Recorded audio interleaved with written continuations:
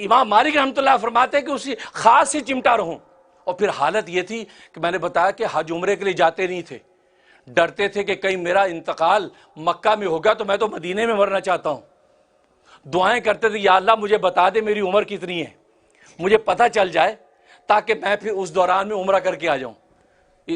فرض حج کر چکے تھے. خواب دیکھتے ہیں کہ ایک شخص سامنے آیا, اسے یوں پانچ کا اشارہ کیا, غائب ہو گیا. اب صبح اٹھے حیران کہ 5 کا کیا مطلب, میری زندگی 5 دن رہ گئی ہے, 5 مہینے ہیں, 5 سال ہیں, یہ کیا مطلب ہے 5 کا, حیران ہو گئے. تو اس وقت بڑے معبر ابن سیرین رحمۃ اللہ علیہ موجود تھے.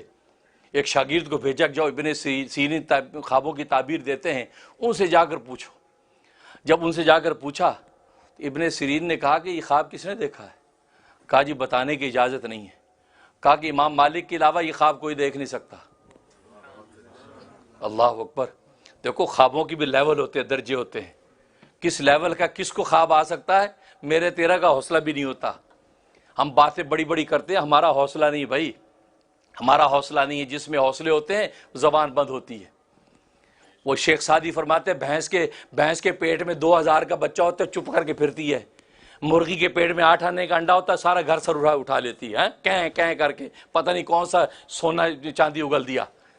آج وہی ہوتا ہے. ہمارے پلے علم ہوتا نہیں ہے, بڑی بڑی باتیں کر کے کہیں سنت کا انکار, کہیں شریعت کا انکار, کہ خدا پر اعتراض, کہ رسول پر اعتراض, کہ امام ابو حنیفہ پر اعتراض, امام شافعی پر اعتراض, دین پر اعتراض, اولیاء اللہ پر اعتراض. اس لیے کہ ہماری مثال تو مرغی کی ہے. مرغی کے پیٹ میں 8 آنے کا انڈا ہے, وہ کہیں کر کے پورا گھر اٹھا لیتی ہے, اور بھینس کے پیٹ میں 2000 کا بچہ, وہ منہ سے بولتی بھی نہیں. جب علم ہوتا تو انسان جھکتا ہے. ابن سیرین نے کہا کہ اللہ تبارک و تعالی نے آپ کو یہ بتایا ہے کہ 5 چیزوں کا علم اللہ کے سوا کسی کو نہیں.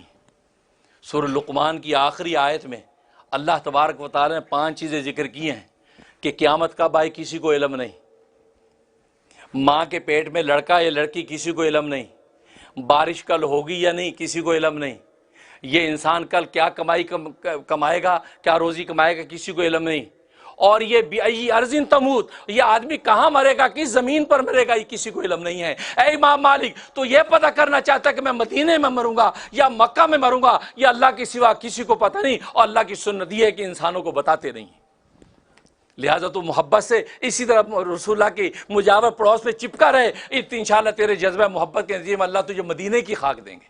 اور وہی ہوا, امام مالک کا مدینے میں انتقال ہوا. ملازمت و تربتی, مٹی سے چپکے رہنا. اور تیسرا فرق تعظیم و اہل بیت ہی, اہل بیت کی تعظیم کرنا. اور رسول اللہ کے خاندان کے لوگ جو چلے آ رہے ہیں, جو سیدزادے چلے آ رہے ہیں, سیدزادیاں چلی آ رہی ہیں, فرمایا ان کی تعظیم کرنا یہ میری محبوب چیز ہے. واقعہ سنا کر ختم کرتا ہوں.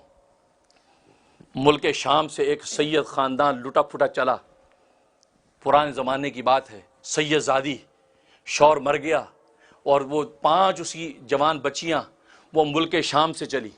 ملک شام سے چل کے بصرہ پہنچی. رات کا وقت ہے, اندھیری رات ہے, اور بجلی چمک رہی ہے, بارش ہو رہی ہے, بادل گرج رہے ہیں, سب لوگوں نے دروازے بند کر رکھے ہیں. اب وہ شہر میں پہنچ کر لوگوں سے پوچھ رہی کہ کوئی یہاں سخی ہے, کسی سخی کے گھر ہے کہ جہاں مجھے پناہ مل جائے. سیدزادی ہے, جوان 5 بچیاں ساتھ ہیں. تو کسی نے کہا وہ ایک مسلمان بڑا سیٹھ ہے.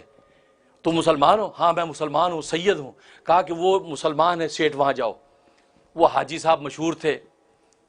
دروازہ کھٹکھٹایا. کون؟ کہا کہ میں لٹی پھٹی ایک سیدزادی ہوں, رسول اللہ کے خاندان میں سے ہوں. آپ مجھے پناہ دے دیں, میری جوان بچیاں ہیں اور بادل گرج رہے ہیں اور یہاں کوئی پرسان حال نہیں. تو کیا کہتا ہے, چھوڑو, سارے سید بنے پھرتے ہیں آج کل, جس کو دیکھو سید, جس کو دے دو سید. کیا دلیل ہے, کیا پروف ہے کہ تم سید ہو؟ دلیل بتاؤ. ظلم کی انتہا ہے. سید نہ بھی ہو, ایک خاتون کھڑی ہے, 5 جوان بچیاں ساتھ ہیں, درد نہ ہو تو انسان کا ایمان کچھ نہیں ہے. کہا کہ کیا دلیل ہے تمہارے پاس, کیا پروف ہے تم سید ہو, تم رسول اللہ کے خاندان سے ہو؟ کہا کہ میرے پاس کوئی پروف نہیں ہے, بس ایک کلمہ ہے جو میں تمہیں کہتی ہوں. کہا کہ نہیں جاؤ, دروازہ بند کر دی. اب وہ بیچاری پریشان پھر رہی ہے. پوچھا لوگوں سے کوئی اور ہے؟ کہا ایک مجوسی ہے, ایک مجوسی یہاں پر ہے، وہ بھی بڑا سخی ہے، راہ اللہ میں دیتا ہے، لوگوں کو خیرات کرتا ہے، اس کا دروازہ بجا، اس کا دروازہ بجا۔ آیا جی، کہا کہ مجھے پناہ دے دو، جوان بچیاں میرے ساتھ ہیں اور صورتحال آپ کے سامنے موسم کی، اور میرا کوئی پرسان حال نہیں، اور میں سید ہوں، میں رسول اللہ کے خاندان میں سے ہوں، اور یہ رسول اللہ صلی اللہ علیہ وسلم کے خاندان کی نواسی ہیں، گویا کہ میں رسول اللہ خاندان کی بیٹی ہوں۔ فرمایا کہ اچھا، وہ مسلمانوں کے جو پروفٹ ہیں؟ کہا ہاں۔ اوہ اچھا، جلدی اپنی اہلیہ کو بلایا، کہا تہ خانے کے اندر مہمان خانہ کھولو، ان کو وہاں ٹھہراؤ، اور سردی ہے، ان کو گرم کپڑے دو، رضائیاں دو، ان کو کھانا کھلاؤ۔ اس مجوسی نے فوراً انتظام کرا دیا، اور وہاں آ کے وہ لیٹ گئے۔ ادھر رات کو خواب دیکھتا ہے کون؟ وہ مسلمان سیٹھ خواب دیکھتا ہے، روز قیامت، روز حشر قائم ہے، تم رسول اللہ کے خاندان سے رشتہ کاٹ کے کچھ نہیں کر سکتے، میدان حشر قائم ہے، لوگ چل رہے آ رہے ہیں، اور ہر ایک کا ایمان دیکھ کر ان کو جنتوں میں داخل کیا جا رہا ہے۔ جب یہ شخص جو مسلمان حاجی کریم الدین، یہ حاجی جب رسول اللہ کے سامنے آتا ہے اور رسول اللہ سے کہتا ہے کہ میں بھی مسلمان ہوں، رسول اللہ فرمایا تیرے پاس کیا ثبوت ہے؟ تیرے پاس کیا ثبوت ہے؟ تیرے پاس کیا دلیل ہے؟ تیرے پاس کون سا ایسا دعویٰ ہے کہ تو مسلمان ہے؟ کہا جی میں مسلمان ہوں، میں کلمہ پڑھتا ہوں۔ کہ تیرے کلمہ پڑھنے کا اعتبار نہیں، اگر زبان کا اعتبار ہوتا، میری بیٹی نے تیرا دروازہ کھٹکھٹایا تھا تو میری بیٹی کی زبان کا بھی اعتبار کر لیتا، میں تیری زبان پہ اعتبار کیسے کر لوں؟ میں خود محمد رسول اللہ ہوں، میں تجھے مسلمان مانتا نہیں ہوں، تو کس طریقے سے ثابت کرے گا کہ تو مسلمان ہے؟